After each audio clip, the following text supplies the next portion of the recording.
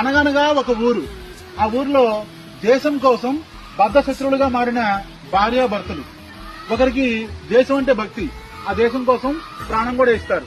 మరొకరికి ఉద్యోగం ముఖ్యం, ఆ ఉద్యోగం కోసం దేశ ద్రోహానికి కూడా వెనుకాడరు. అసలు ఏంటి ఈ భార్యాభర్తల కథ అంటే 1998 జూలై హైదరాబాద్ పాత బస్తీలోని ఫుట్పాత్ పై పళ్ళు పూలు అమ్ముకునే ఒక వృద్ధురాలికి ఆరోగ్యం బాగోలేక ఆమె అక్కడే పడిపోతే చుట్టుపక్కల వాళ్ళు ఆమెను ఉస్మానియా హాస్పిటల్లో చేర్పించగా చేతిలో చిల్లి గవ్వ కూడా లేకపోవడంతో ఆమె చాలా దారుణమైన పరిస్థితుల్లో చనిపోవాల్సి వచ్చింది. హాస్పిటల్లోని అధికారులు ఆ వృద్ధురాలి యొక్క మృతదేహాన్ని ఆమెకు అప్పగించడానికి ఆమె ఉంటున్న పూరి గుడిసెలోకి వెళ్ళినప్పుడు ఆ గుడిసెలో ఒక పాత ట్రంకు పెట్టే కనిపించింది. ఆ ట్రంకు పెట్టే తెరిచి అందులో ఉన్న ఆమె ఫొటోస్, కాగితాలు, సర్టిఫికేట్లు చూసిన ఈ అధికారుల వెన్నుల్లో వణుకు పుట్టింది. అక్కడ వాతావరణం ఒకసారిగా వేడెక్కింది. దేశం మొత్తం కూడా ఆమెకు సెల్యూట్ చేసింది. ఆమె ఎవరు అంటే స్వయంగా ఆజాద్ హింద్ ఫౌజ్ దళపతి నేతాజీ సుభాష్ చంద్రబోస్ యొక్క రక్షణ బాధ్యతల్ని అప్పగించిన, దేశం కోసం తాను నమ్ముకున్న సిద్ధాంతం కోసం బ్రిటిష్ వారికి అమ్ముడుపోయి దేశానికి ద్రోహం చేయాలనుకున్న తన భర్తను సైతం కత్తితో పొడిచి చంపేసిన ఉత్తరప్రదేశ్ చెందిన మహావీర్ లక్ష్మీదేవుల యొక్క మొదటి సంతానం, మన దేశ మొదటి మహిళ గూఢాచారి, first women spy in India, Neera Arya. నీరా ఆర్య 8 ఏళ్ల వయసులో అమ్మానాన్నను కోల్పోయింది.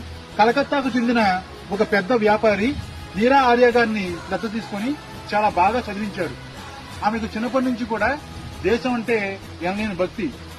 నేతాజీ సారథ్యం వహిస్తున్న ఆజాద్ హింద్ ఫౌజ్ గురించి తెలియగానే సింగపూర్ వెళ్లి అక్కడ ఝాన్సీ రెజిమెంట్ లో చేరింది. అక్కడ నీరా ఆర్య గారి యొక్క ప్రతిభను చూసి ఆశ్చర్యపోయిన ఆజాద్ హింద్ ఫౌజ్ అధికారులు ఆమెకు స్వయంగా నేతాజీ సుభాష్ చంద్రబోస్ యొక్క రక్షణ చర్యల్ని అప్పగించారు.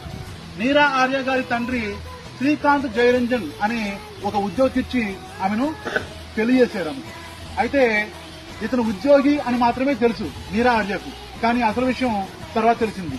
తన భర్త శ్రీకాంత్ జయరంజన్ బ్రిటిష్ విభాగంలోని సిఐడి అధికారిని, నేతాజీని చంపడమే తన యొక్క లక్ష్యమని తెలుసుకున్న నీరా ఆర్య నివ్వెరపోయింది. ఒకరోజు నీరా ఆర్యను అనుసరించిన తన భర్త శ్రీకాంత్ జయరంజన్ దొంగచాటుగా బోస్ పై కాల్పులు జరుపుతుండగా నీరా ఆర్య అడ్డు రావడంతో డ్రైవర్ కు ఆ బుల్లెట్ తగిలి అక్కడే పడిపోతాడు. మరొకసారి బోస్ పై కాల్పులు జరుపుతుండగా నీరా ఆర్య తన వద్ద ఉన్న కత్తితో భర్తను పొడిచి చంపేస్తుంది.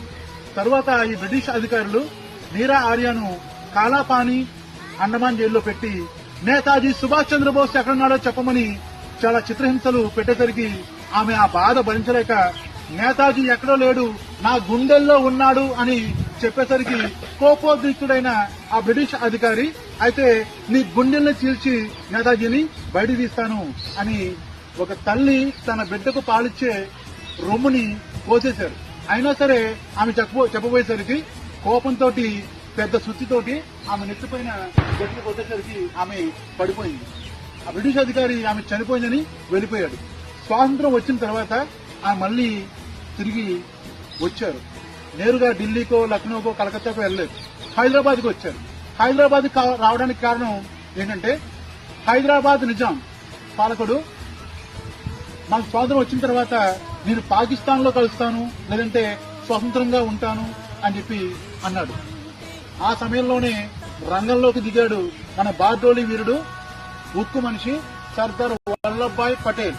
అతను 1948 సంవత్సరంలో ఆపరేషన్ పోలో అనే పోలీసు సైనిక చర్య ద్వారా హైదరాబాద్ ని మన భారతదేశంలోకి విలీనం చేయడం జరిగింది. అంటే ఆ సమయంలో కూడా నీరా ఆర్య హైదరాబాద్ లో ఇన్ఫార్మర్ గా ఉన్నారు.